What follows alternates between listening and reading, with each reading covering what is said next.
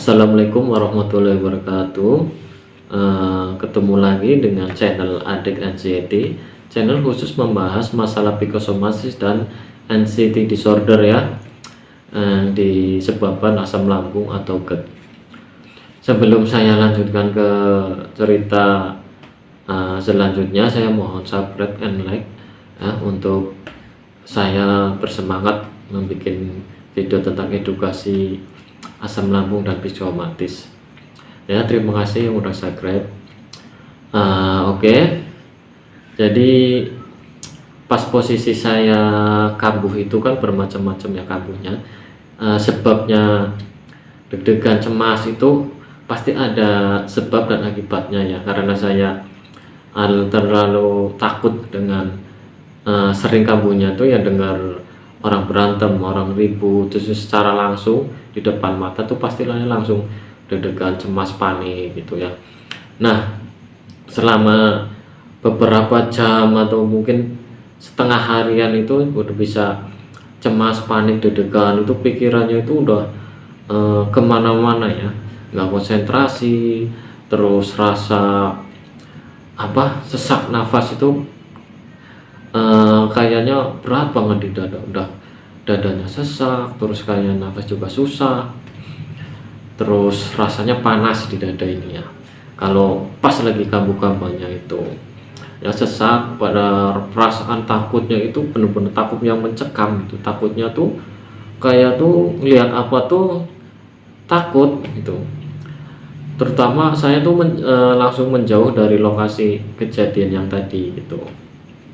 Soalnya untuk supaya tidak dengar lagi kata-kata negatif yang terdengar gitu sama saya, itu makanya saya harus pergi ninggalin tempat kejadian tadi, keributan itu tadi ya. Jantung pasti berdebar ya, jantung berdebar, terus telapak tangan tuh udah dingin kesemutan gitu, terus juga kaki telapak kakinya juga pasti dingin. Nah, terus yang ini lagi lemes, jadi tenaga tuh habis, kayak habis, bener-bener lemes ya. Makanya saya tuh kalau lagi pas cemas paniknya itu lemes, pasti minta dibikin teh manis ya, karena teh manis itu bener-bener untuk menambah tenaga gitu, yang bener-bener manis gitu ya. Setiap saya kambuh tuh pasti teh manis lagi ya, untuk tenaga saya untuk ada lagi gitu. Soalnya kan kalau pas posisi kambuh itu bisa sehari dua hari itu masih efeknya, jadi badan tuh kayak kaku-kaku gitu, pegel-pegel gitu ya, terutama di leher, di punggung tuh pasti ada efeknya, yang udah lemas tapi badannya pegel-pegel gitu, udah pokoknya perasaannya udah kemana-mana ya. Terus bibirnya kering, pengennya minum terus, kayaknya haus, bener-bener kehausan gitu, yang haus yang berkelebihan ya. Itu efek-efek pas kambuh-kambuhnya. Terus lemes, leher juga kaku ya, itu leher-leher pada kaku semua. Pasti saya tuh kalau pas lagi kambuh pasti kayak perut, dada itu pasti dikasih penghangat balsam atau air hangat gitu, terus minta dipijitin gitu, soalnya badannya tuh pada kaku semua. Itu pas kejadian lagi kambuhnya kan.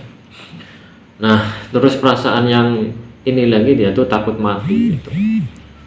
Makanya tuh saya tuh kalau pas lagi kambuh-kambuhnya tuh ya, untuk mengurangi kecemasan yang terlalu berlebihan, tuh saya tuh pasti manggil orang atau teman-teman yang ada di sekitarnya gitu, untuk nemenin saya supaya saya bisa menghilangkan mindset yang tadi gitu, supaya cerita apalah lucu-lucu apa gitu, saya kadang nyuruh cerita-cerita gitu, biar saya tuh mendengarkan dia merubah mindset saya ke hal yang barusan gitu. Contohnya temennya cerita lucu atau apa gitu, tapi kalau ditinggal sendirian pasti langsung pikiran tuh udah kacau balau, rasa takut cemas tuh pasti datang lagi.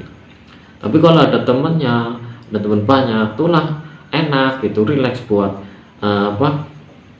pindah pikiran, mindsetnya itu gampang. Contohnya cerita apa, ngajak cerita kayak gitu. Kalau enggak ya berdiri gerakin badan jalan-jalan itu kan supaya pikiran tuh tidak terlalu terhanyut gitu dalam masalah yang tadi kayak gitu.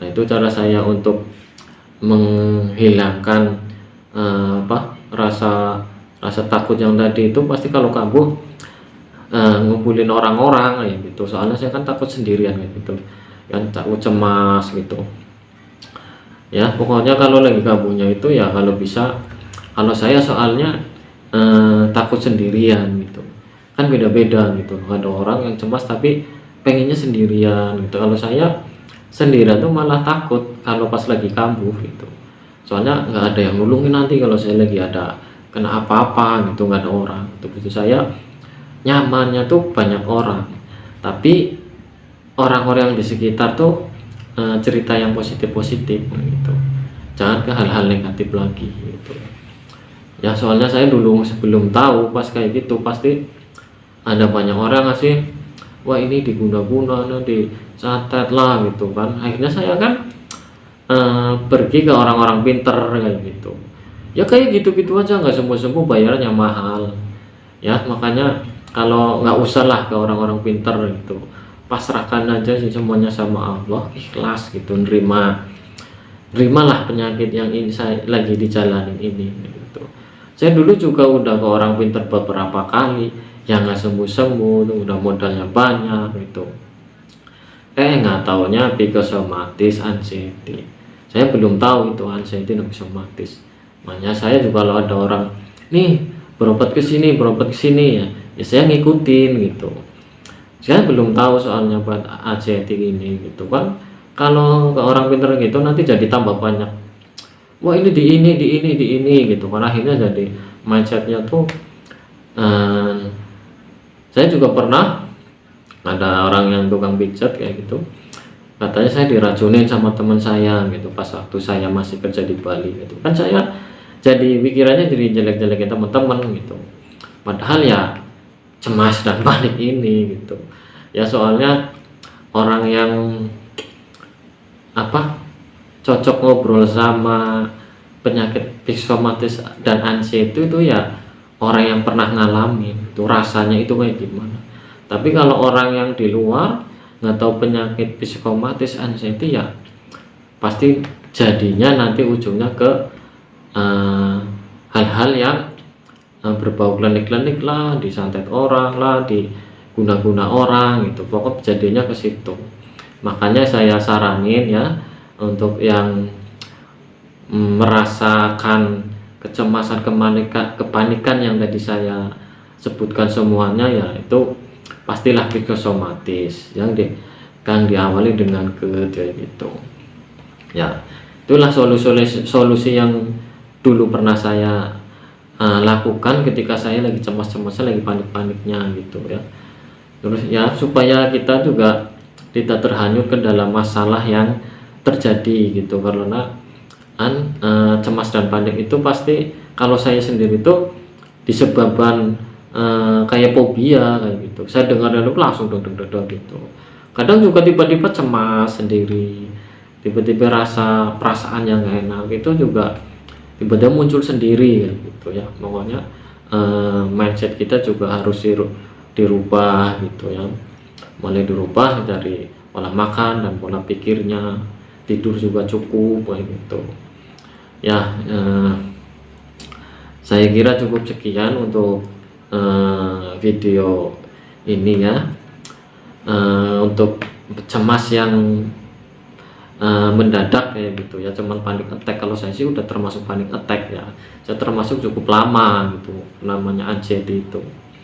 Makanya teman-teman yang di luar sana semoga cepat sembuh, semoga video-video saya itu juga menjadi wasilah kesembuhan buat yang berjuang melawan anxiety dan psikosomatis gitu ya. Soalnya juga nggak gampang juga sembuhnya cepat, enggaknya itu memang tergantung sama orangnya sendiri-sendiri gitu ya. Ada yang lama, ada yang cepat, itu tergantung asam lambungnya itu tadi gitu ya. Semoga yang telah menonton video ini cepat disembuhkan dari psikosomatis dan anxiety-nya ya.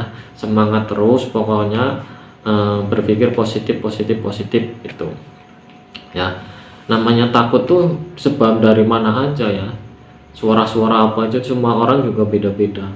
Ada yang takut dengar innalillahi kayak gitu udah takut gitu. Kalau saya enggak, kadang dengar suara burung itu takutnya macam-macam itu semuanya. Oke, terima kasih, semoga video ini menjadi